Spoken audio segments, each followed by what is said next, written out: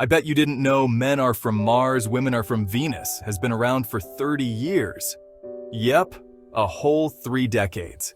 It's been 30 years since Dr. John Gray's iconic book hit the shelves and changed the way we look at relationships. The book gave us a fun yet insightful look into the differences between men and women. And guess what? It's still super relevant today. Dr. Gray reflects on how these differences can actually bring us closer together if we understand and appreciate them. He's seen how the world of dating has evolved, but the core message remains the same. Better communication leads to better relationships. So whether you're a Martian or a Venusian, remember, understanding each other is key. Ready to unlock the secrets of your relationship? Dive in today. Like, share, comment, and subscribe. Now listen to the full audiobook up next, perfect for listening before bedtime, a drive to work, or just to relax and reflect. Enjoy. Imagine that men are from Mars and women are from Venus. One day long ago, the Martians, looking through their telescopes, discovered the Venusians. Just glimpsing the Venusians awakened feelings they had never known. They fell in love and quickly invented space travel and flew to Venus. The Venusians welcomed the Martians with open arms. The love between the Venusians and Martians was magical. They delighted in being together, doing things together, and sharing together. Though from different worlds, they reveled in their differences. They spent months learning about each other, exploring and appreciating their different needs, preferences, and even behavior patterns. For years, they lived together in love and harmony. Then they decided to fly to Earth. In the beginning, everything was wonderful and beautiful, but the effects of Earth's atmosphere took hold, and one morning, everyone woke up with a peculiar kind of amnesia, selective amnesia. Both the Martians and Venusians forgot that they were from different planets and were supposed to be different. And one morning, everything they had learned about their differences was erased from their memory. And since that day, men and women have been in conflict. Without the awareness that we're supposed to be different, men and women are at odds with each other.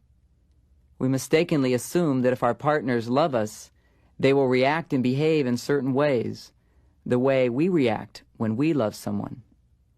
Men mistakenly expect women to think, communicate, and react the way men do. Women mistakenly expect men to feel and communicate and respond the way women do. We've forgotten that men and women are supposed to be different. As a result, our relationships are filled with unnecessary friction and conflict.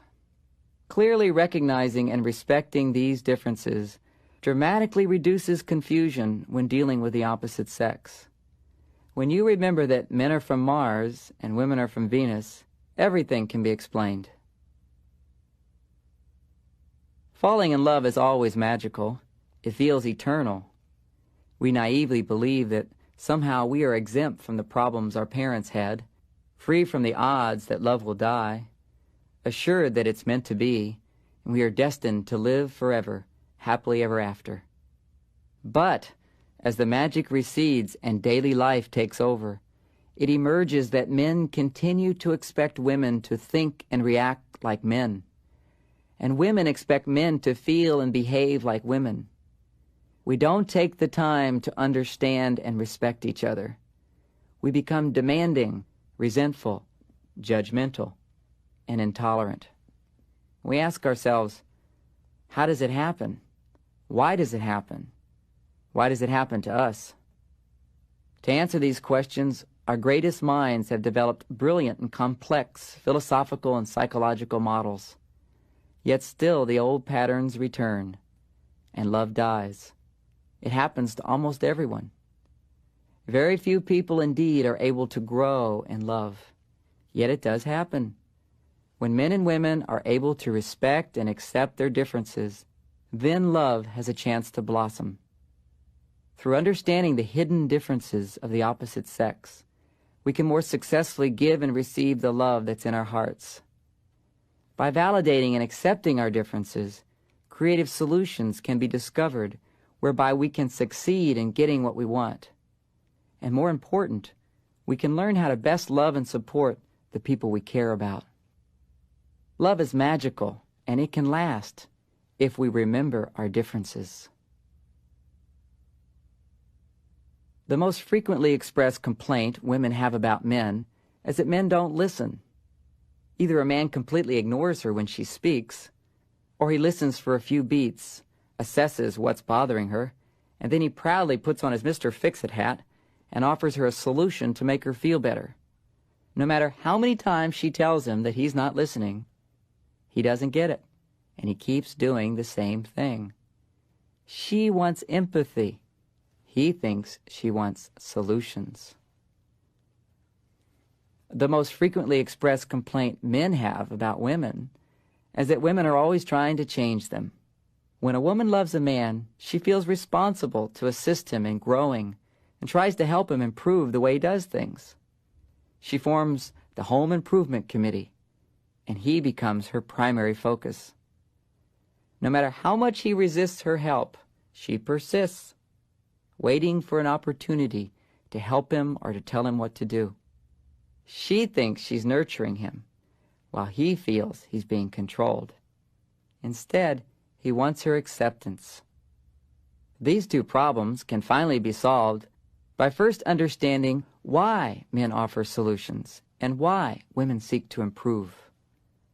Let's pretend to go back in time and observe life on Mars and Venus before the planets discovered one another and came to Earth. We can gain some insights into men and women. Martians value power, competency, efficiency, and achievement. Their sense of self is defined through their ability to achieve results. They experience fulfillment primarily through success and accomplishments. Achieving goals is very important to a Martian because it's the way for him to prove his competence and thus feel good about himself. And for him to feel good about himself, he must achieve these goals alone by himself. Autonomy is a symbol of efficiency, power, and competence. Understanding this Martian characteristic can help women to understand why men resist so much being corrected or being told what to do. To offer a man unsolicited advice is to presume that he doesn't know what to do or that he can't do it on his own. Men are very touchy about this because the issue of competence is so very important to them. Because he's handling his problems on his own, a Martian rarely talks about his problems unless he needs expert advice. Asking for help when you can do it yourself is perceived as a sign of weakness. However, if he truly does need help, then it's a sign of wisdom to get it. In this case, he'll find someone he respects and then talk about his problem. Talking about a problem on Mars is an invitation for advice. Another Martian feels honored by the opportunity. Automatically, he puts on his Mr. Fix-It hat, listens for a few beats, and then offers some jewels of advice. This Martian custom is one of the reasons men instinctively offer solutions when a woman talks about her feelings or about her problems. When a woman innocently shares upset feelings or explores out loud the problems of her day, a man mistakenly assumes she's looking for some expert advice. He proudly puts on his Mr. Fix-It hat and begins giving advice. This is his way of trying to help and of showing love. Once he's offered a solution, however, and she continues to be upset, it becomes increasingly difficult for him to listen because his solution's being rejected. He feels useless. He has no idea that by just listening with empathy and interest, he can be supportive. He does not know that on Venus, talking about problems is not an invitation to offer a solution. Venusians have different values. Their sense of self is defined through their feelings and the quality of their relationships and their communication. They experience fulfillment through sharing and relating. Communication is of primary importance. To share their personal feelings is much more important than achieving goals or success. Talking and relating to one another is a source of tremendous fulfillment. This fulfillment is hard for a man to comprehend. He can come close to understanding a woman's experience of sharing and relating by comparing it to the satisfaction he feels when he wins a race, achieves a goal, or solves a problem. Instead of being goal-oriented, women are relationship-oriented. They are more concerned with expressing their goodness, their love, their caring. Venusians are very intuitive. They pride themselves on being considerate of the needs and feelings of others. A sign of great love is to offer help and assistance to another Venusian without even being asked. Because proving one's competence is not as important to a Venusian, offering help is not offensive, and needing help is not a sign of weakness. A man, however, may feel offended when a woman offers advice because he doesn't feel she trusts his ability to do it himself. A woman has no conception of this male sensitivity because for her, it's another feather in her hat. If someone offers to help her, it makes her feel loved and cherished. But offering help to a man can make him feel incompetent, weak, or even unloved. When a woman tries to improve a man, he feels she's trying to fix him, she's trying to change him. He receives the message that he's broken. She doesn't realize her caring attempts to help may actually humiliate him. She mistakenly thinks she's just helping him to grow. Without this insight into the nature of men, it's very easy for a woman to unknowingly and unintentionally hurt and offend the man she loves most. For example, Tom and Mary were going to a party. Tom was driving. After about 20 minutes, and going around the same block a few times, it was clear to Mary that Tom was lost. She finally suggested that he call for help. Tom became very silent. They eventually arrived at the party, but the tension from that moment persisted the whole evening. Mary had no idea of why Tom was so upset. From her side, she was just saying, "I love and care about you, so I'm offering this help." From his side, he was offended. What he heard was, "I don't trust you to get us there. You are incompetent." Without knowing about life on Mars, Mary couldn't appreciate how important it was for Tom to accomplish his goal without help. Offering advice was the ultimate insult. After hearing about Martians and Venusians, Mary learned how to support Tom at such difficult times. The next time he was lost, instead of offering help, she restrained herself from offering any advice. She took a deep, relaxing breath and appreciated in her heart what Tom was trying to do for her. Tom greatly appreciated her warmth and trust. The evening was a great success. Generally speaking, when a woman offers unsolicited advice or tries to help a man, she has no idea of how critical and unloving she may sound to him. Even though her intent is loving, her suggestions do offend and sometimes hurt. His reactions may be strong, especially if he felt criticized as a child or he experienced his father being criticized by his mother. For many men, it's important to prove that they can get to their goal, even if it's a small thing like driving to a restaurant or to a party. Ironically, he may be more sensitive about the little things than the big. His feelings are like this: if I can't be trusted to do the small things, like getting us to a party, how can she trust me to do the bigger things? Like their Martian ancestors, men pride themselves on being experts, especially when it comes to fixing mechanical things, getting places, or solving problems. These are the times when he needs her loving acceptance the most, and not her advice or criticism. Likewise, if a man doesn't understand how a woman is different, he can make things worse when he's actually trying to help. Men need to remember that women talk about problems to get close, and not necessarily to get solutions. So many times a woman just wants to share her feelings about her day, and her husband, thinking he's helping, interrupts her by offering a steady flow of solutions to her problems. For example, Mary comes home from an exhausting day. She wants and needs to share her feelings about the day. She says, "There's so much to do. I don't have any time for myself. Tom says, you should quit that job. You don't have to work so hard. Find something you like to do. Mary says, but I like my job. They just expect me to change everything at a moment's notice. Tom says, don't listen to him. Just do what you can do. Mary says, I am. I can't believe I completely forgot to call my aunt today. Tom says, don't worry about it. She'll understand. Mary says, do you know what she's going through? She needs me. Tom says, you worry too much. That's why you're so unhappy. Mary angrily says, I'm not always unhappy. Can't you just listen to me? Tom says, I am listening. Mary says, why do I even bother? After this conversation, Mary was more frustrated than when she arrived home, seeking intimacy and companionship. Tom was also frustrated and had no idea what went wrong. He wanted to help, but his problem-solving tactics didn't work.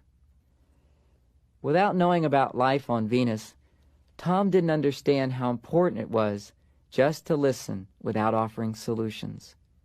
His solutions only made things worse. You see, Venusians never offer solutions when someone's talking about their feelings. When Tom heard about the Venusians and how much they needed to talk, he gradually learned how to listen. When Mary now comes home tired or exhausted, their conversations are quite different. They sound like this. Mary says, there's so much to do. I have no time for me. Tom takes a deep breath, relaxes on the exhale, and says, sounds like you had a hard day. Mary says, they expect me to change everything at a moment's notice. I don't know what to do. Tom pauses and then says, Mary says, I even forgot to call my aunt. Tom says with a slightly wrinkled brow, oh no. Mary says, she needs me so much now. I feel so bad. Tom says, you're such a loving person. Come here. Let me give you a hug. Tom gives Mary a hug, and she relaxes in his arms with a sigh of relief. She then says, I love talking with you. You make me really happy. And as they finish the hug, she says, thanks for listening. I feel much better. Not only Mary, but also Tom felt better. He was amazed at how much happier his wife was when he finally learned to listen.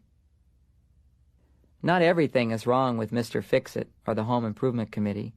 These are very positive Martian and Venusian attributes. The mistakes are only in timing and approach. Men need to remember that when women seem upset and talk about their problems, it's not the time to offer solutions. Women need to remember that unsolicited advice or criticism, especially if he's just made a mistake, makes him feel unloved and controlled. To learn from his mistakes, he needs to feel her acceptance more than her advice. When a man feels that a woman is not trying to improve him, he's much more likely to ask for her feedback and advice. If you're a woman, I suggest for the next week, practice restraining from giving any unsolicited advice or criticism. The men in your life will not only appreciate it, but also will be much more attentive to your needs and responsive. If you're a man, I suggest that for the next week, you practice listening whenever a woman speaks, with the sole intention of respectfully understanding what she's going through. Practice biting your tongue whenever you get the urge to offer a solution or change how she's feeling. You'll be surprised when you experience how much she appreciates you. One of the biggest differences between men and women is how they cope with stress. Men become increasingly focused and withdrawn, while women become increasingly overwhelmed and emotionally involved. At these times, a man's needs for feeling good are different from a woman's. He feels better by solving problems, while she feels better by talking about problems. Not understanding and accepting these differences creates unnecessary friction in our relationships. Here's a common example. When Tom comes home, he wants to relax and unwind by quietly reading the news. He is stressed by the unsolved problems of his day and finds relief through forgetting about them. His wife, Mary, also wants to relax from her stressful day. She, however, wants to find relief by talking about the problems of her day. The tension slowly building between them gradually becomes resentment.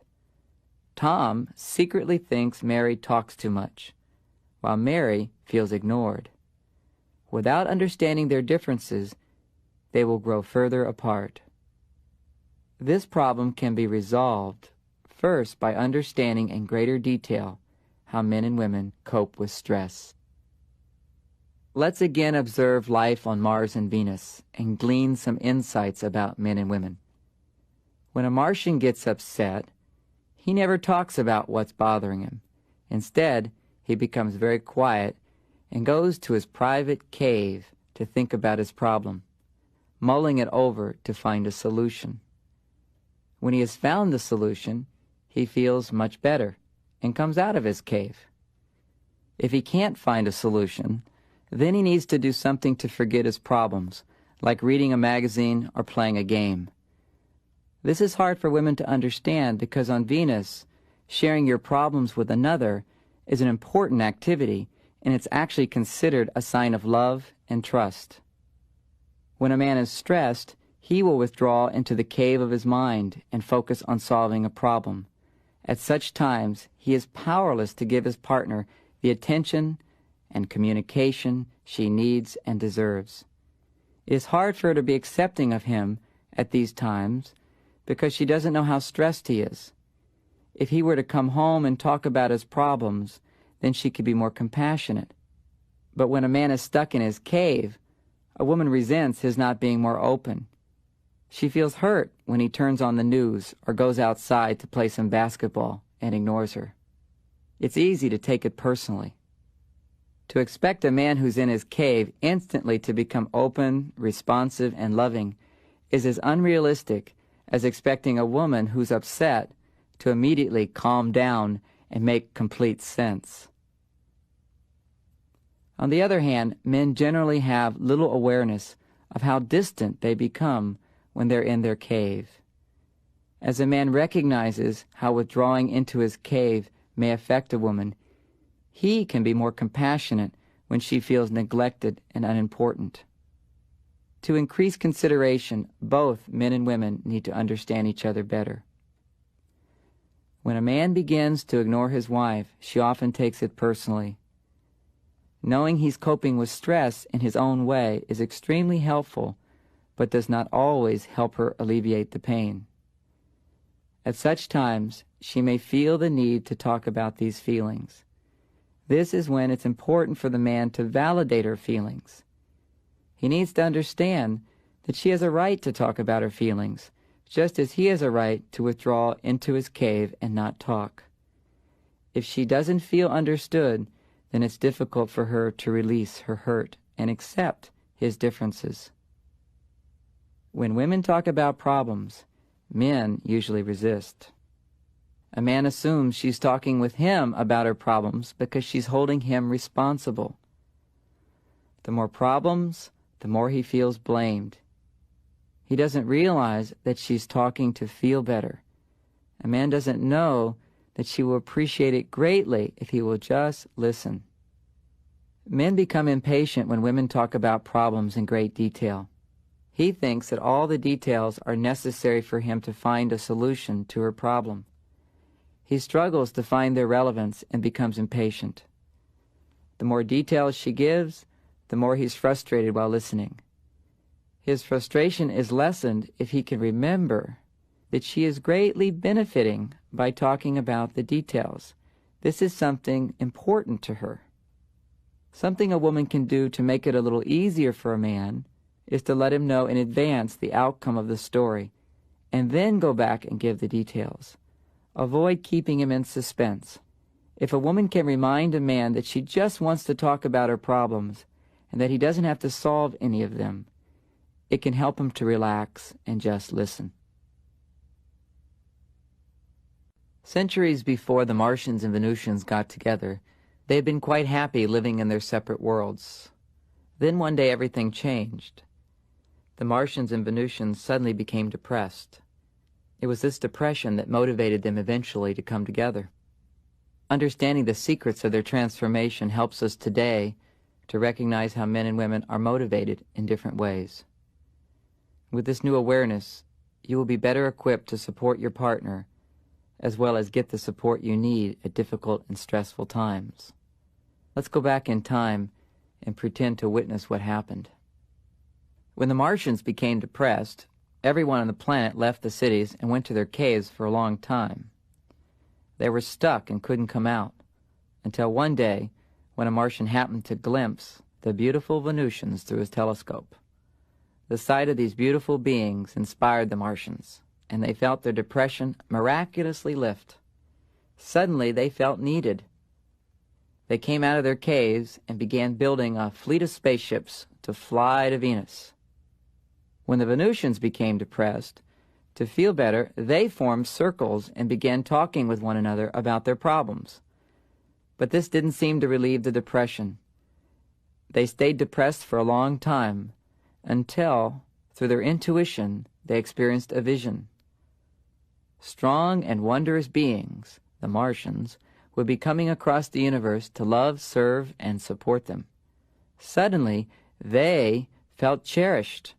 Their depression lifted, and they happily began preparing for the arrival of the Martians. Men are motivated and empowered when they feel needed. Women are motivated and empowered when they feel cherished. These secrets of motivation are still applicable. When a man does not feel needed in a relationship, he gradually becomes passive and less energized. With each passing day, he has less to give to the relationship. On the other hand, when he feels trusted to do his best to fulfill her needs and appreciated for his efforts, he is empowered and has more to give. When a woman doesn't feel cherished in a relationship, she gradually becomes overly responsible and exhausted from giving too much. On the other hand, when she feels cared for and respected and special, she is fulfilled and has more to give. When a man is in love, he begins to care about another as much as himself. He experiences his partner's fulfillment as if it were his own. He can easily endure any hardship to make her happy because her happiness makes him happy. His struggles become easier. He is energized with a higher purpose. Most men are not only hungry to give love, but are starving for it. Their biggest problem is they don't know what they're missing. They rarely saw their fathers succeed in fulfilling their mothers through giving. When his relationships fail, he finds himself depressed and stuck in his cave. He stops caring and then doesn't know why he's so depressed. At such times he asks himself, what is it all for? Why should I even bother? He doesn't know that he has stopped caring because he doesn't feel needed. He doesn't realize that by finding someone who needs him, he can shake off his depression and be motivated again. Not to be needed is a slow death for a man. Most men have little awareness of how important it is to a woman to feel supported by someone who cares. Women are happy when they believe their needs will be met. When a woman is upset, she needs to feel she's not alone. She needs to feel loved and cherished. Empathy, understanding, validation, and compassion go a long way to assist her in becoming more receptive and appreciative of his support. Men don't realize this because their Martian instincts tell them it's best to be alone when they're upset. When she's upset, out of respect, he will leave her alone. Or if he stays, he makes matters worse by trying to solve her problems. He doesn't instinctively realize that what she needs most is just someone to be there, someone to listen, someone who cares. A woman's tendency to become overly responsible relaxes as she remembers that she is worthy of love. She doesn't have to earn it. She can relax, give less, and receive more. She deserves it. When a woman realizes she's been giving too much, she tends to blame her partner for her unhappiness. Although she has not received what she deserves, to improve her relationships, she needs to recognize how she contributed to the problem. When a woman gives too much, she should not blame her partner solely for the problem. Likewise, a man who gives less should not blame his partner for being negative or unreceptive to him. Blaming does not work. Understanding, trust, compassion, acceptance, and support are the solution, not blaming our partners. When this situation occurs, instead of blaming his partner for being resentful, a man can be compassionate and offer his support, even if she doesn't ask for it. Listen to her, even if at first it sounds like blame, and help her to trust and open up by doing little things for her to show he cares. Instead of blaming a man for giving less, a woman can accept and forgive her partner's imperfections, especially when he disappoints her.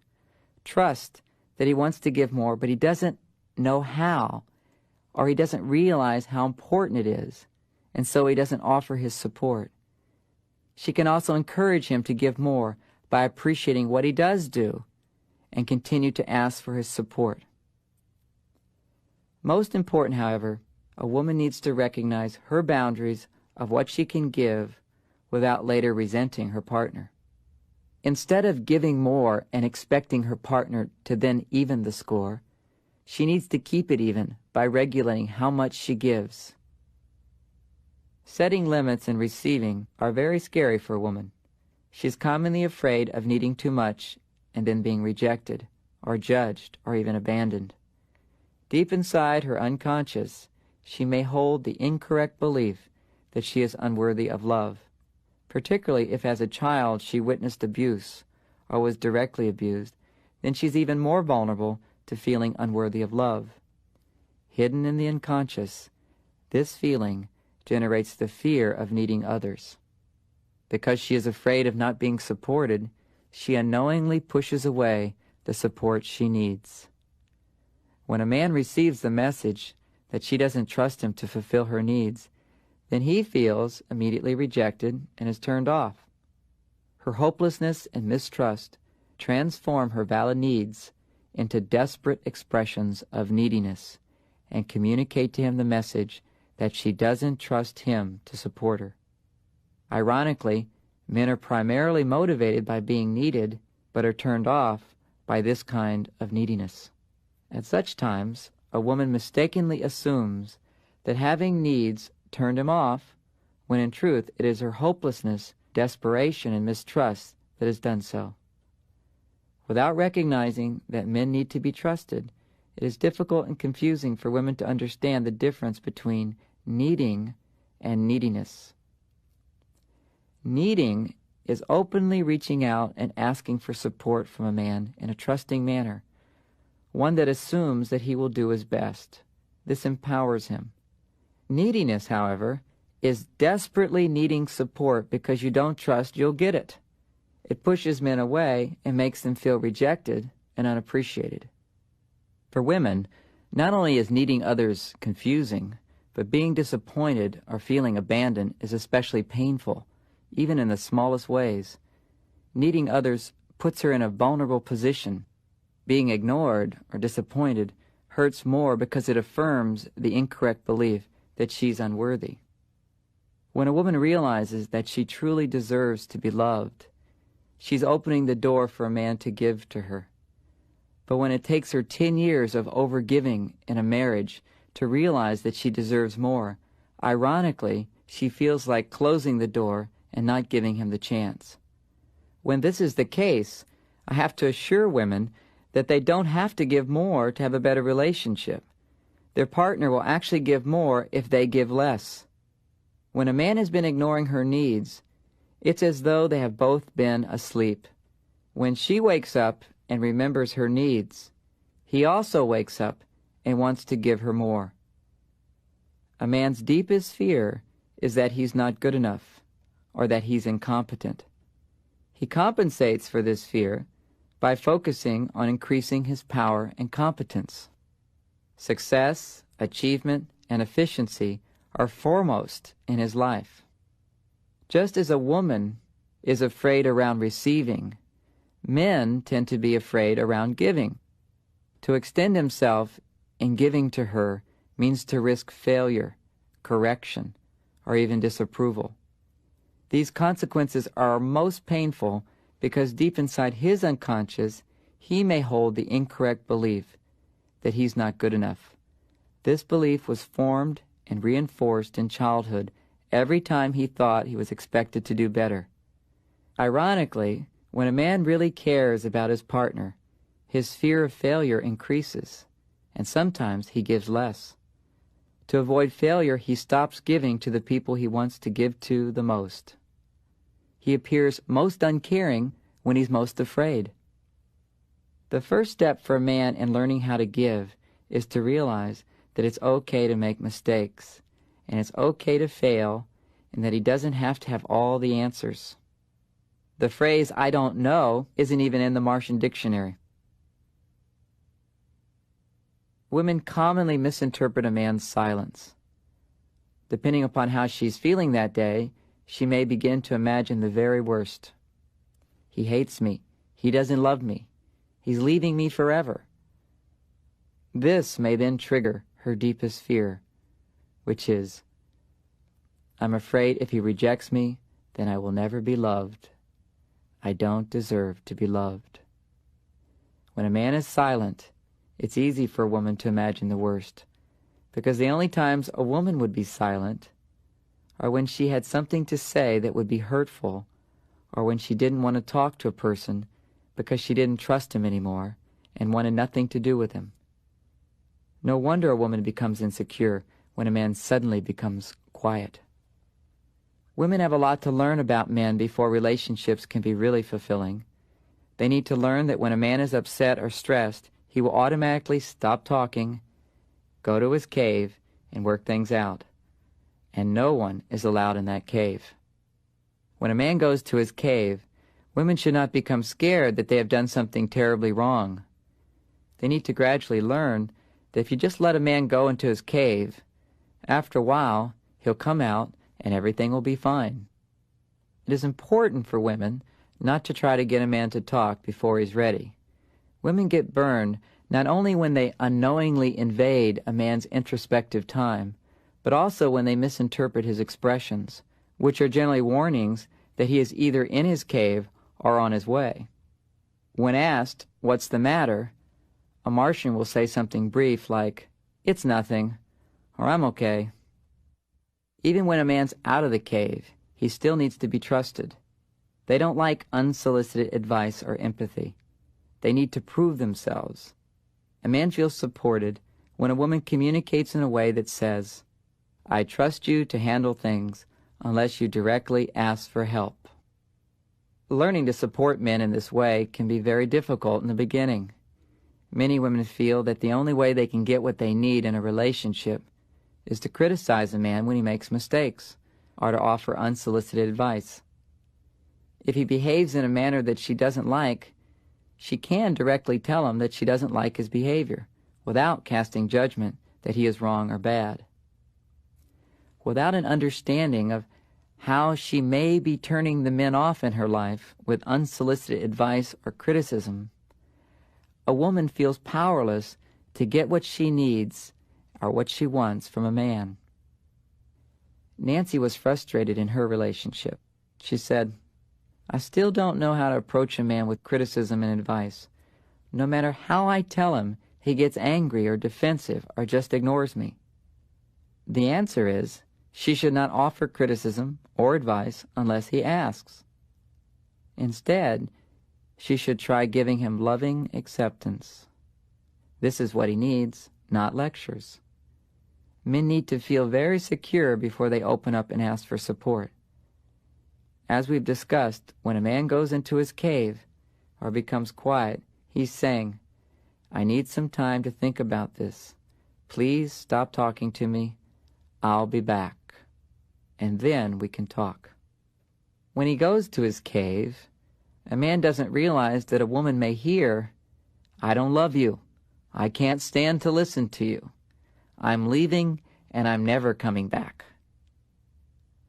To counteract this message, he can learn to say these 4 magic words: I will be back. I'll be back. It's amazing how these simple words make such a profound difference. In addition, he could say, I'll be back, and then we can talk again. Good communication requires participation on both sides. A man needs to work at remembering that complaining about problems does not mean he's being blamed. A woman can work at letting him know that though she's complaining sometimes, she also appreciates him, or that she's not blaming him. For example, while writing this chapter, my wife Bonnie came in and asked how I was doing. I said, "Good. How's your day?" She said, "Oh, there's so much to do. We hardly have any time together anymore." The old me would have become very defensive and reminded her of all the time we have spent together. Or I would have told her how important my deadline was. This would have just created tension. The new me, aware of our differences, understood that she was just looking for some reassurance and understanding, and she wasn't looking for any justifications or explanations. I said, "You're right, we've been really busy. It's been a long day. Come here, sit in my lap. Let me give you a hug." She then said, "You feel really good." This was the appreciation I needed in order to be more available to her. I then offered to drop off the babysitter so she could relax before dinner. She said, "Really? You'll take the babysitter home? That'd be great, thanks." Again, she gave me the appreciation I needed to feel like a successful partner, even when she was tired and exhausted. Women don't always think of giving appreciation because they assume a man knows how much she appreciates being heard. He doesn't know. He thinks he's doing nothing by listening. When she's talking about problems, he needs to be reassured that he is still loved and appreciated, and that he's doing something, even though from his point of view, he's doing nothing but listening. Men feel frustrated by problems unless they're doing something to solve them. By appreciating him for being a good listener, a woman can let him know that just by listening, he is also helping. A woman does not have to suppress her feelings or even change them to support her partner. She does, however, need to express them in a way that doesn't make him feel attacked, accused, or blamed. Making a few small changes can make a big difference. The 4 magic words to support a man are, it's not your fault. It's not your fault. Reassuring a man that it's not his fault, or that he's not being blamed, works only as long as she truly is not blaming him. If she is attacking him, then she should share her feelings with somebody else. She should wait until she's more loving or centered to talk to him. A man often blames a woman for being blaming when she is innocently talking about problems. This is very destructive to the relationship because it blocks communication. A helpful approach is to remember that she always has a right to be upset, and that once she gets it out, she will feel much better. As a man learns to listen and interpret a woman's feelings correctly, communication becomes easier. Although listening is an important skill to practice, some days a man is too stressed or too sensitive to translate the intended meaning of her phrases. At such times, he should not even attempt to listen. Instead, he could kindly say, "This isn't a good time for me. Let's talk about it later. I need some time alone." As Bonnie and I have learned to communicate in a way that respects our differences and understands our needs, our marriage has become so much easier. I've witnessed this kind of transformation in thousands of individuals and couples. Relationships thrive when communication reflects a ready acceptance and a respect of people's innate differences. When misunderstandings arise, remember that we speak different languages. Take the time necessary to translate what your partner really means or wants to say. This definitely takes practice, but it's well worth it. Men are like rubber bands. When they pull away, they can stretch only so far before they come springing back. A rubber band is the perfect metaphor to understand the male intimacy cycle. This cycle involves getting close, pulling away, and then getting close again. Most women are surprised to realize that even when a man loves a woman, periodically he needs to pull away before he can get closer. Men instinctively feel this urge to pull away. It's not a decision or even a choice. It just happens. It's a natural cycle. Women misinterpret a man's pulling away because, generally speaking, a woman pulls away for different reasons. She pulls back when she doesn't trust him to understand her feelings, when she's been hurt, or she's afraid of being hurt again, or when he's done something wrong and disappointed her. Certainly a man may pull away for the same reasons, but he will also pull away even if she's done nothing wrong. He pulls away to fulfill his need for independence or autonomy.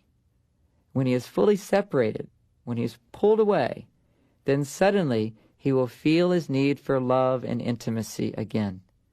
Automatically, he will be more motivated to give his love and receive back the love he needs.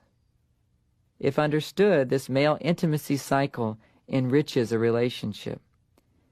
Because it is misunderstood, it creates unnecessary problems. Let's explore an example. Maggie was distressed, anxious, and confused.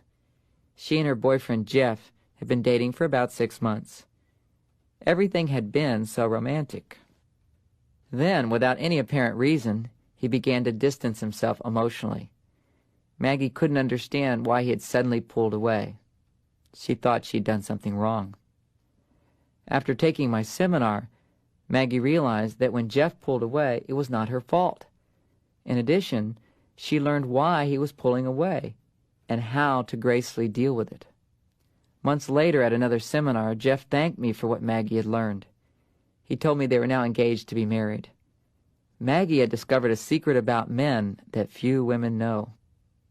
Maggie realized that when she was trying to get close, while Jeff was trying to pull away, she was actually preventing him from stretching his full distance and then springing back.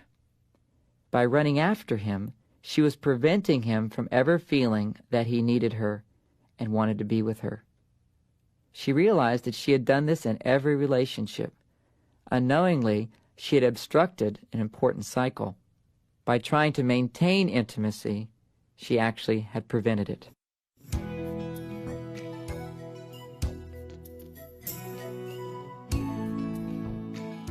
When a man has stretched away his full distance, he will return with a lot of power and spring.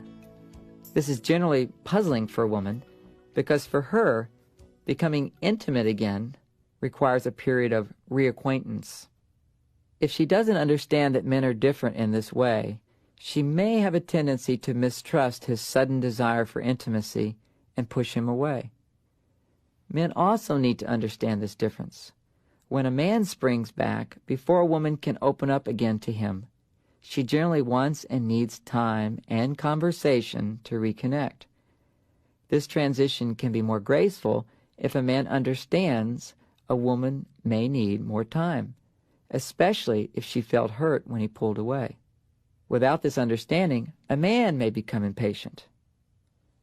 A man automatically alternates between needing intimacy and autonomy. For example, in the beginning of his relationship with Maggie, Jeff was strong and full of desire. He wanted to impress her, fulfill her, please her, get close to her. As she opened her heart to him, he got closer and closer. He felt wonderful. But after a brief period, a change took place. Even though this closeness is fulfilling to a man, he will inevitably begin to feel the urge to pull away. Having temporarily fulfilled his hunger for intimacy, like after a good meal, he now feels his hunger to be independent or to go for a walk.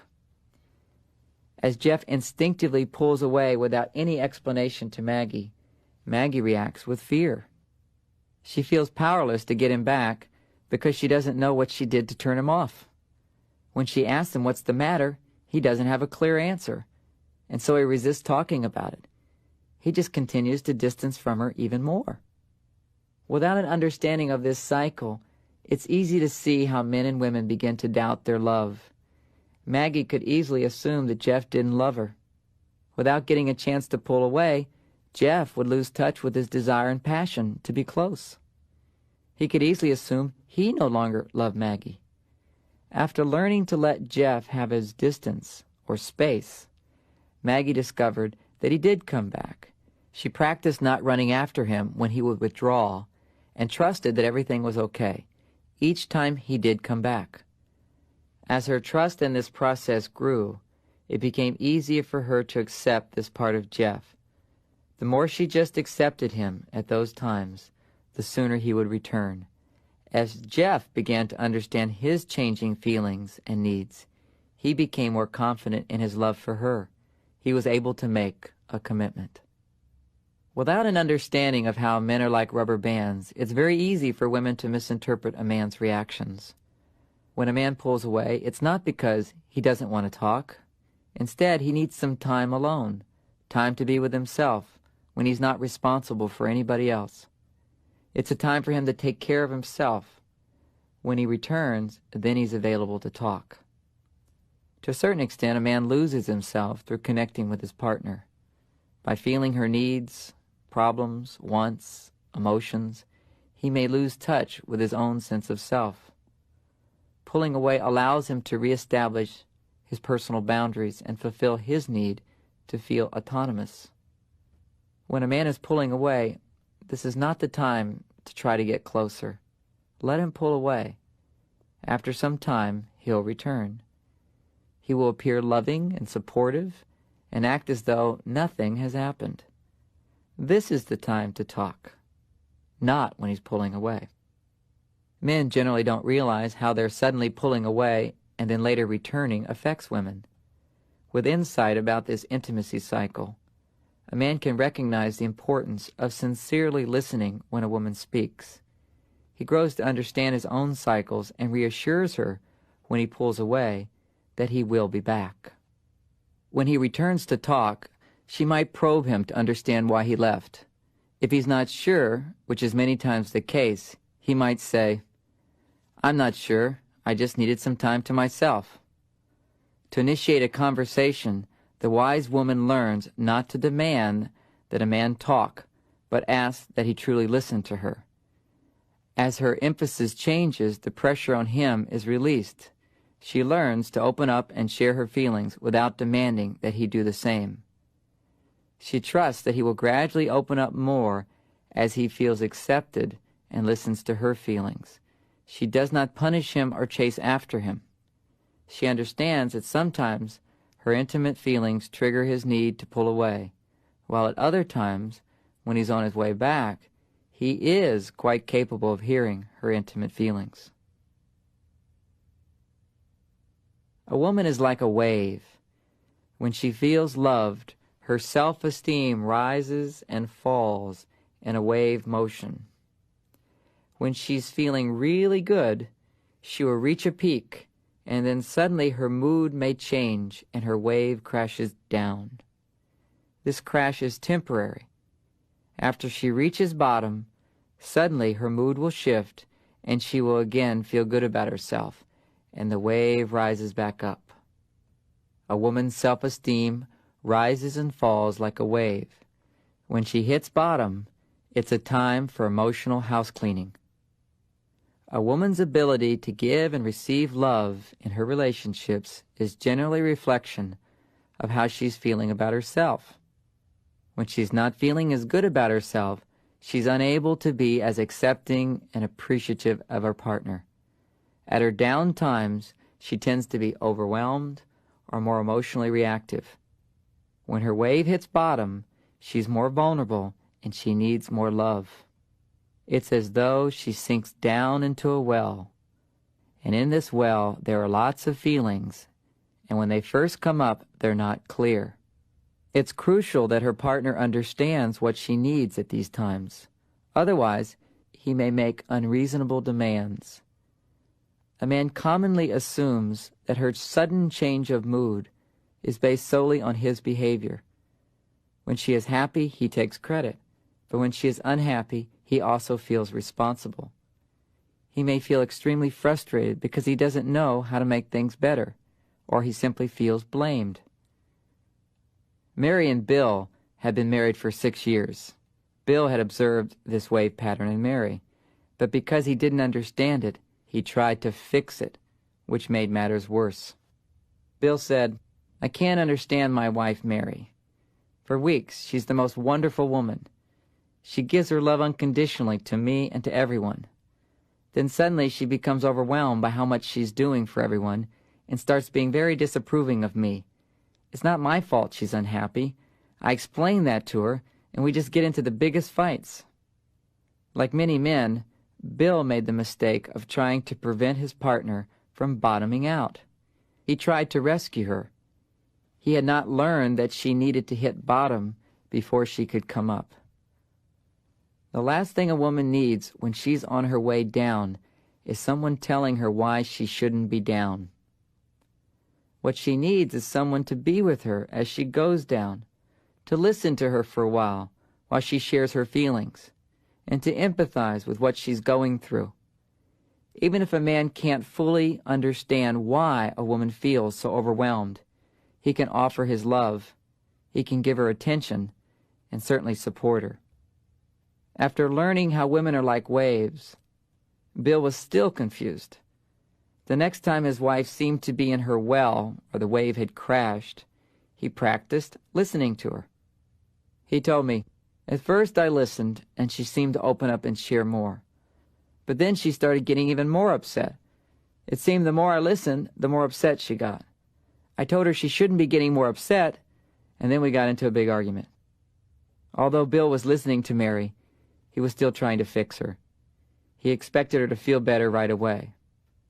What Bill didn't know is that when a woman goes into her well, if she feels supported, she doesn't necessarily feel better right away. She may even feel worse. But that is a sign that his support may be helping. His support may actually help her to hit bottom sooner, and then she can and she will feel better. To genuinely come up, she first needs to hit bottom. That is the cycle. When a woman comes out of the well, she becomes her usual loving self again. This positive shift is generally misunderstood by men. A man typically thinks that whatever was bothering her is now completely healed or resolved. This is not the case. It's an illusion. When her wave crashes again, similar issues will arise. When her issues come up again, he becomes impatient because he thinks that they've already been resolved.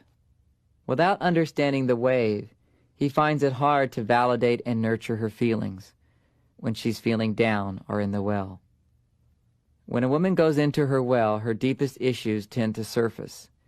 These issues may have to do with the relationship, but usually they are heavily charged from her past relationships and childhood.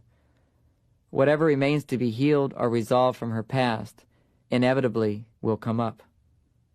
As she feels more and more supported at these difficult times, she begins to trust the relationship and is able to journey in and out of her well without conflict in her relationship or struggle in her life. This is the blessing of a loving relationship. To support a woman when she's in her well is a special gift that she will greatly appreciate. Gradually, she will become free from the gripping influences of her past. She will still have her ups and downs, but they will not be so extreme that they overshadow her loving nature. Men and women generally are unaware that they have different emotional needs. As a result, they don't instinctively know how to support each other. Men typically give in relationships what men want, while women give to men what women want. Each mistakenly assumes that the other has the same needs and desires. As a result, they both end up dissatisfied or resentful. Both men and women feel that they give, but they don't get back. They feel that their love is unacknowledged and unappreciated. The truth is, they are both giving love, but not in the desired manner.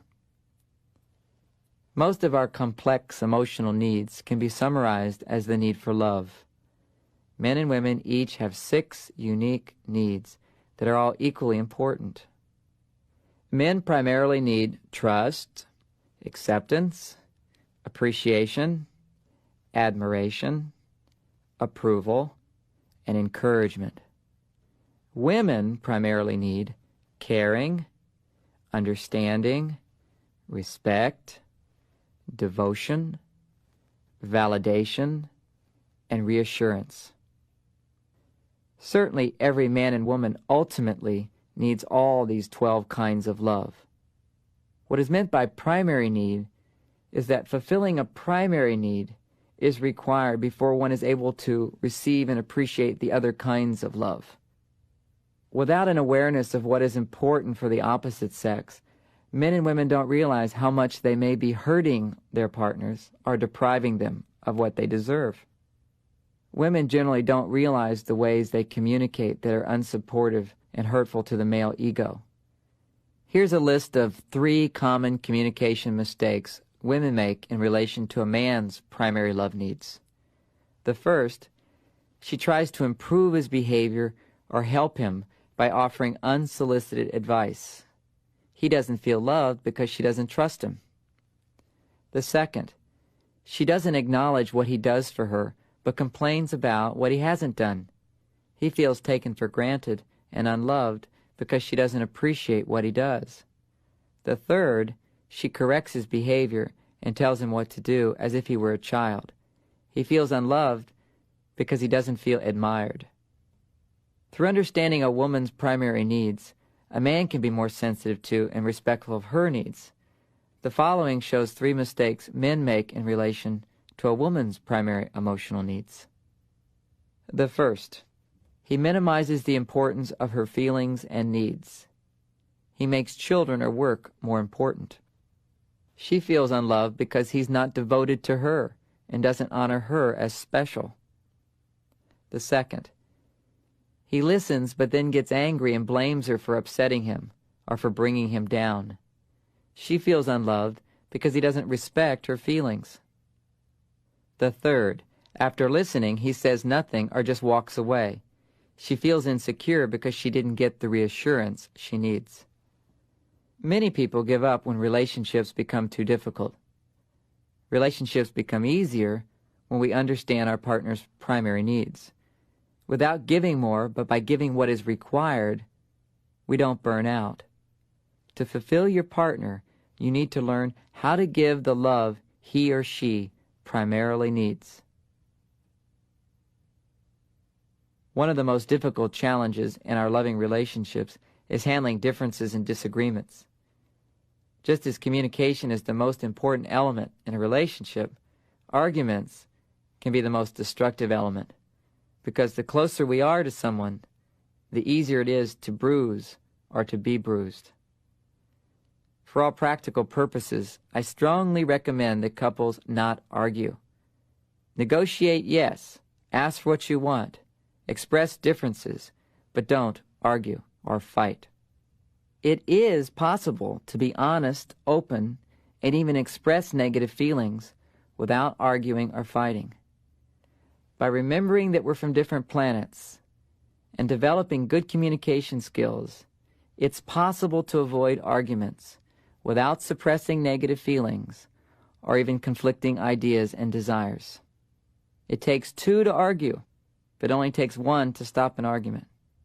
The best way to stop an argument is to nip it in the bud. Stop talking and take a time out. Reflect on how you're approaching your partner. Try to understand how you're not giving them what they need. Then after some time has passed, come back, talk again, but in a more loving and respectful way. Time-outs allow us to cool off, heal our wounds, center ourselves before trying to communicate again. Men and women commonly argue about money, sex, decisions, scheduling, values, child-rearing, household responsibilities. These discussions and negotiations, however, turn into painful arguments for only one reason: we're not feeling loved. because women are not from Mars, they don't instinctively realize that conflicting ideas and feelings and desires are a difficult challenge for a man. The closer he is to a woman, the harder it is to deal with differences and disagreements. When she doesn't like something he's done, he feels she doesn't like him. Fulfilling a man's primary emotional needs will diminish his tendency to engage in hurtful arguments. Automatically, he'll be able to listen and speak with much greater respect, understanding, and caring. Most arguments escalate when a man begins to invalidate a woman's feelings and she responds to him disapprovingly. When a man has done something to upset a woman, his instinct is to explain to her why she shouldn't be upset. But when he explains himself, the only message she may hear is that he doesn't care about her feelings. For her to hear his good reasons, she first needs him to hear her good reasons for being upset. He needs to put his explanations on hold and listen to her, understanding her point of view. When he simply starts to care about her feelings, she will start to feel supported. Remember, women need to feel cared for. Men need to feel trusted. This change in approach takes practice but can be achieved. Generally, when a woman expresses feelings of frustration, disappointment, or worry, every cell in a man's body instinctively reacts with a list of explanations and justifications designed to explain away her upset feelings. A man never intends to make matters worse. His tendency to explain away feelings is just Martian instinct. The most common way women unknowingly start arguments is by not being direct when they share their feelings. For example, when a man is late, a woman may feel, "I don't like waiting for you when you're late," or "I was worried that something had happened to you." However, when he arrives, instead of directly sharing her feelings, she tends to ask rhetorical questions like, "How could you be so late?" or "Why didn't you call?" When a man hears a question like, "Why didn't you call?" he feels attacked and becomes defensive. She has no idea of how painful her disapproval in that moment is to him. Just as women need validation, men need approval. Most men are ashamed to admit how much they need approval. They may go to great lengths to prove they don't care. But why do they immediately become cold, distant, and defensive when they lose a woman's approval? Because not getting what they need hurts. One of the reasons relationships are so successful in the beginning is that a man receives approval and rides high. But as soon as he begins to disappoint, he's cast out into the doghouse. To treat a man as if he has no good reason for what he does is to withhold the approval she so freely gave at the beginning of the relationship. A woman needs to remember that she can still give approval even when she disagrees.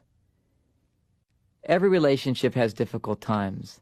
They may occur for a variety of reasons, like loss of a job, death, illness, or just not enough rest. At these times, the most important thing is to try to communicate with a loving, validating, and approving attitude. In addition, we need to accept and understand that we and our partners will not always be perfect. By learning successfully to communicate in response to the smaller upsets in a relationship, it becomes easier to deal with the bigger challenges when they suddenly appear. When we are upset or angry, it is difficult to communicate lovingly. At such times, even with the best intentions, talking turns into fighting. In the heat of the moment, we don't remember how to communicate in a way that works for our partner or for us. At times like these, women unknowingly tend to blame men and make them feel guilty for their actions. Instead of remembering that her partner is doing the best he can, a woman could assume the worst and sound critical and resentful. When she feels a surge of negative feelings, it is especially difficult for a woman to speak in a trusting, accepting, and appreciative way. She doesn't realize how negative and hurtful her attitude is to her partner. When men become upset, they tend to become judgmental of a woman and her feelings. Instead of remembering that his partner is vulnerable and sensitive, a man tends to forget her needs and sound mean and uncaring. When he feels a surge of negative feelings, it's especially difficult for him to speak in a caring, understanding, and respectful way. He doesn't realize how hurtful his negative attitude is to her. These are the times when talking doesn't work. Fortunately, there is another alternative. Instead of verbally sharing your feelings with your partner, write her or him a letter. Writing letters allows you to listen to your own feelings without worrying about hurting your partner. By freely expressing and listening to your own feelings, you automatically become more centered and loving. Writing out your negative feelings is an excellent way to become aware of how unloving you may sound, because many times we don't realize how unloving we sound. With this greater awareness, you can adjust your approach. It's easier. In addition, by writing out your negative emotions, their intensity can be released, or at least minimized, making room for positive feelings to be felt again. Having become more centered, you can then go to your partner and speak to him or to her in a more loving way, a way that's less judgmental or blaming. As a result, your chances of being heard and understood, of being accepted, are much greater. Instead of writing down your feelings, you may also choose to do the same process in your mind. Imagine in your mind you are saying what you feel, think, and want without editing yourself. By carrying on an inner dialogue, expressing the complete truth about your feelings, you will suddenly become free from their negative grip. One of the best ways to release negativity and then communicate in a more loving fashion is to use the love letter technique. There are 3 aspects or parts to the love letter technique. The first, write a letter expressing your feelings of anger, sadness, fear, regret, and love. The second, write a response letter expressing what you want to hear from your partner. The third, share your letter and response letter with your partner. The love letter technique is quite flexible. You may choose to do all 3 steps, or you may only do 1 or 2 of them. Let's explore a few examples of how to write a love letter. Address the letter to your partner. Pretend that he or she is listening to you with love and understanding. Start with any angry feelings, then sad feelings, then any fearful feelings, then feelings of regret, and then love. Include all 5 sections in each letter. Write a few sentences about each feeling. Keep each section approximately the same length. Speak in simple terms. After each section, pause and notice the next feeling coming up. Write about that feeling. Do not stop your letter until you get to the love. Be patient and wait for the love to come out. Sign your name at the end. Take a few moments to think about what you need or want, and then write it in a PS. Use this guide in writing your love letters. In each of the 5 sections, a few helpful lead-in phrases are included to help you express your feelings. You may use just a few of these phrases or all of them. Generally, the most releasing phrases are, I'm angry, I'm sad, I'm afraid, I'm sorry, I want, and I love. However, any phrases that assist you in expressing your feelings will work. It usually takes about 20 minutes to complete a love letter. Here's a sample love letter that will help you understand the technique. Jim was leaving the next morning for a business trip. That evening, his wife, Virginia, attempted to create some intimacy. She brought a mango into their bedroom and offered him some. Jim was preoccupied reading a book in bed and briefly commented that he wasn't hungry. Virginia felt rejected and left. Instead of coming back and complaining about his rudeness and insensitivity, she wrote a love letter. After writing this letter, Virginia, feeling more accepting and forgiving, went back into the bedroom and said, "This is our last night before you leave. Let's spend some special time together." Jim put down his book, and they had a delightful, intimate evening. Writing a love letter gave Virginia the strength and love to persist more directly in getting her partner's attention. She did not even need to share her love letter with her partner. This is her letter. Dear Jim, Level 1, Anger. I'm frustrated that you want to read a book, and this is our last evening together before you leave. I'm angry that you ignore me. I'm angry that you don't want to spend this time with me. I want to feel you love me. Level 2, Sadness. I'm sad you don't want to be with me. I feel like you wouldn't even notice if I wasn't here. I don't feel special. Level 3, Fear. I'm afraid you don't even care. I'm afraid you don't like me. Level 4, Regret. I feel so embarrassed wanting to spend time with you when you don't even care. I feel embarrassed getting so upset.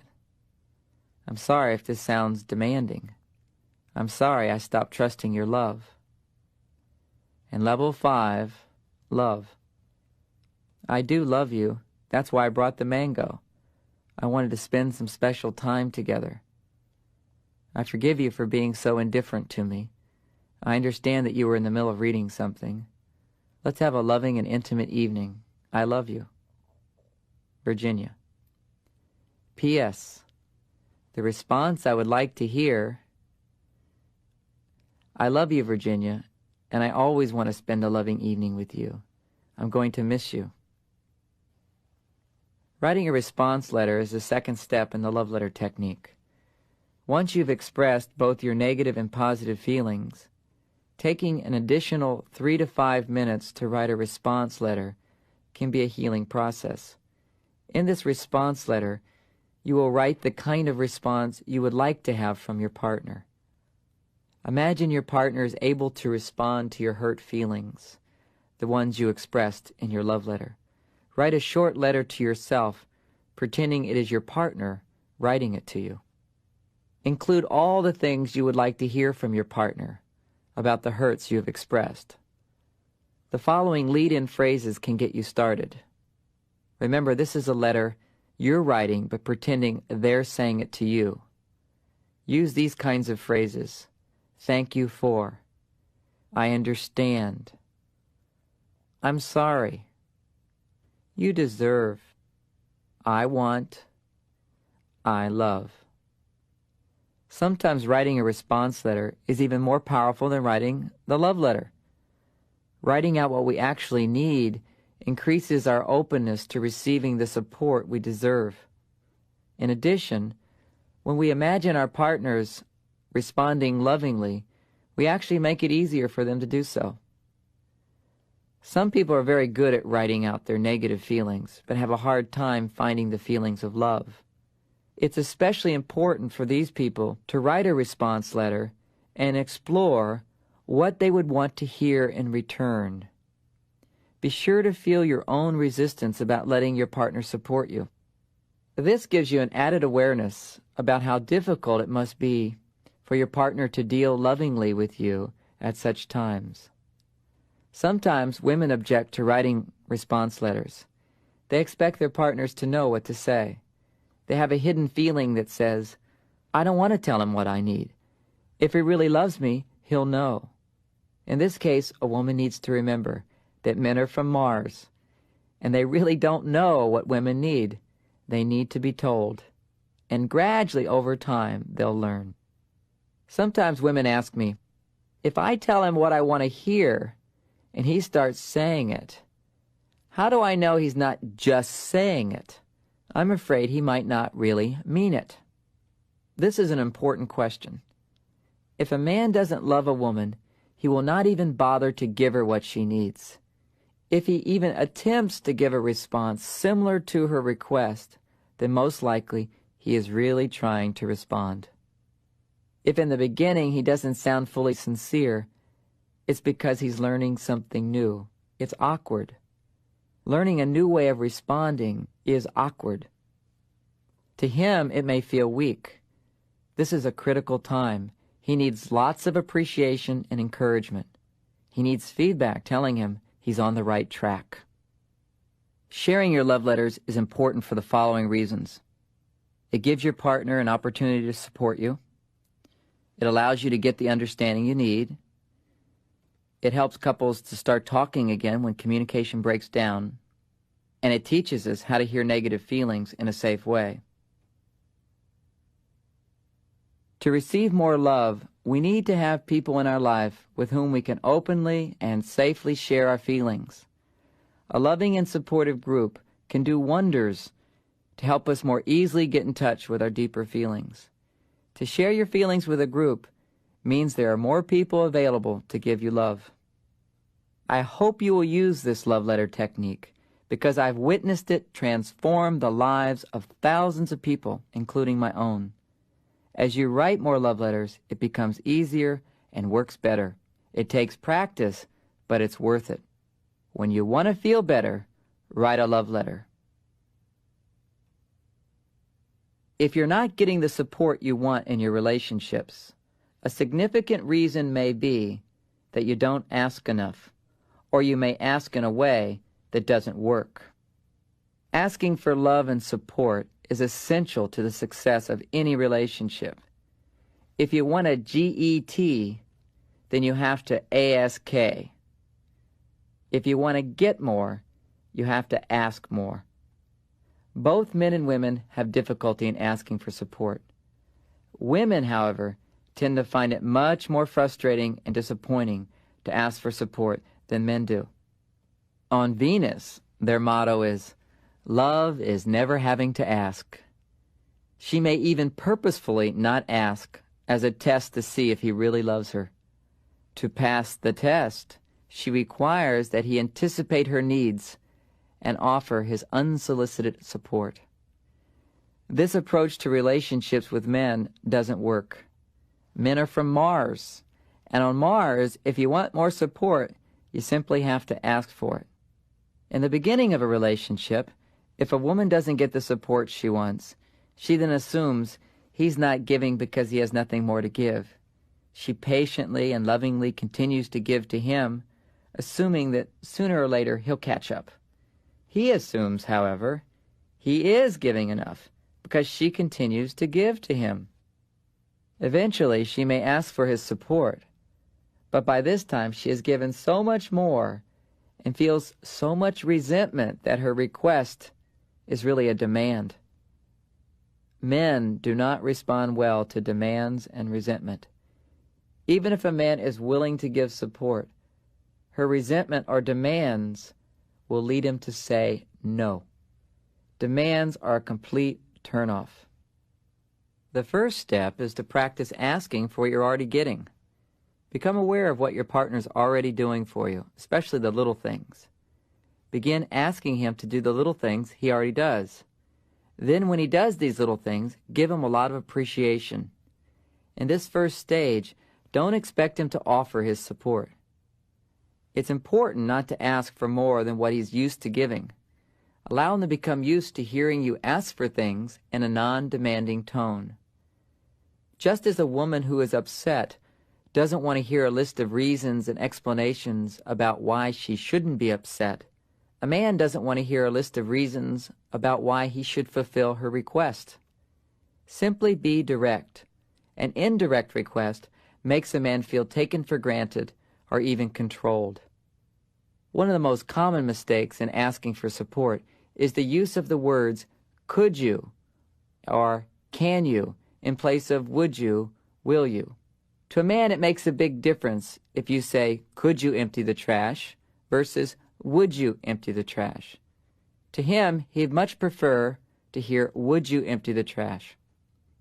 The hardest thing of learning to ask is remembering how to do it. Try using the W words whenever possible. It will take a lot of practice.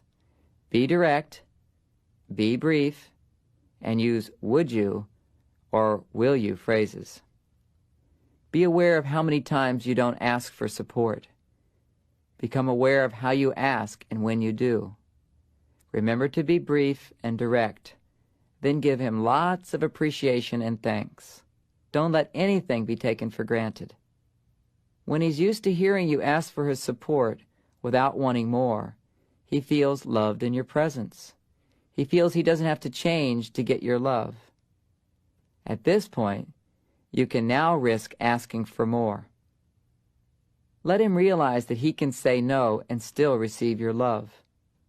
When he feels that he can say no when you ask for more, he will feel free to say yes or no. Keep in mind that men are much more willing to say yes if they have the freedom to say no. Once you can graciously accept a no, you are ready to assert your full power to get what you want.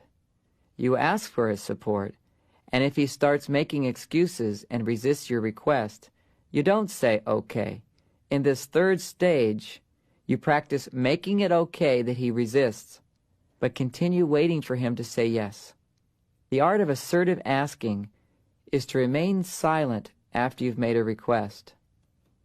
After you've asked, expect him to moan or groan or scowl or growl or mumble or grumble. I call all of these the grumbles. When a man grumbles, it's a good sign. It means he's trying to consider your request versus his needs.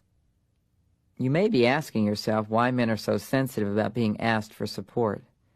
It's not because men are lazy, but because men have a greater need to feel accepted. Any request to be more or to give more makes him feel that he's not accepted just the way he is. By learning to ask correctly for support, in the Martian way, you not only help him to feel more loved, but you also ensure that you'll get the love you need and deserve.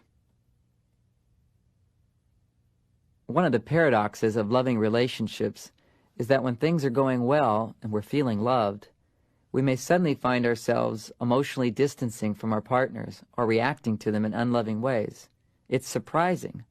One day, you're loving, patient, accepting, and then the next day you become demanding or dissatisfied. Your partner does something loving for you, and you find yourself resenting them for all the times in the past when he or she ignored you. Or you're attracted to your partner, and then when he or she makes a commitment, you lose your attraction, or you find others more attractive. You feel good about yourself or your life, and then suddenly you begin feeling unworthy, or abandoned, or inadequate. These sudden shifts are confusing, yet they're common. If we don't understand why they happen, we may think we're going crazy, or we may mistakenly conclude our love has died. Fortunately, there's an explanation. Love brings up our unresolved feelings. Whenever we're loving ourselves more or being loved by others, repressed feelings tend to come up. They come up to be healed and released. If we can successfully deal with those feelings, then we can feel much better and enliven more of our creative and loving potential. If, however, we get into a fight and blame our partner instead of healing our past, we just get upset and then suppress the feelings again. For years, we have suppressed our painful feelings. Then one day, we fall in love, and love makes us feel safe enough to become aware of those feelings. Love opens us up, and we start to feel our pain. When a man's past comes up, he generally heads for his cave. He tends to be overly sensitive and needs a lot of acceptance, a lot of space. When a woman's past comes up, her self-esteem crashes. She descends into her well of feelings, and she needs a lot of tender, loving care. This insight helps you to control your feelings when they come up. Understanding how the feelings of the past come up gives us a greater understanding of why our partners react the way they do. It's part of the healing process. As you grow more intimate in your relationships, love increases. As a result, deeper, more painful feelings may come up that need to be healed. Deep feelings like shame and fear. To heal them, we need to share them. But we're too afraid to reveal what we're feeling. At such times, we may feel depressed, anxious, bored, resentful, or simply exhausted for no apparent reason. These are all symptoms of our stuff coming up and being blocked. When deep feelings come up, we project our feelings onto our partner. It is a paradox. Because you feel safe with your partner, your deepest fears have a chance to surface. When they surface, you become afraid and unable to share what you feel. When this happens, the feelings that are coming up get stuck. This is why people with even very loving relationships may inevitably need the help of a therapist. Understanding how our past continues to affect our relationships frees us to accept the ebb and flow of love. To be successful in our relationships, we must accept that sometimes our hearts are full and at other times empty. We must not expect our partners to always be loving or even to remember how to be loving. We must also give ourselves the gift of understanding and not expect to remember everything we've learned about being loving. The process of learning requires not only hearing and applying, but also forgetting and then remembering again. Throughout this tape, you've learned things your parents could not teach you. They did not know. But now that you do know, please be realistic. Give yourself permission to keep making mistakes. Give your partner permission to keep making mistakes. Integrating this new wisdom of having loving relationships is a new challenge. You are a pioneer. Expect to be lost sometimes. Expect your partner to be lost. Use this guide as a map to lead you through uncharted lands again and again. Next time you're frustrated with the opposite sex, remember, men are from Mars and women are from Venus. Even if you don't remember anything else from this tape, remembering that we're supposed to be different will help you to be more loving. By gradually releasing your judgments and blame and persistently asking for what you want, you can create the loving relationships you want, need, and deserve. You have a lot to look forward to. May you continue to grow in love and light.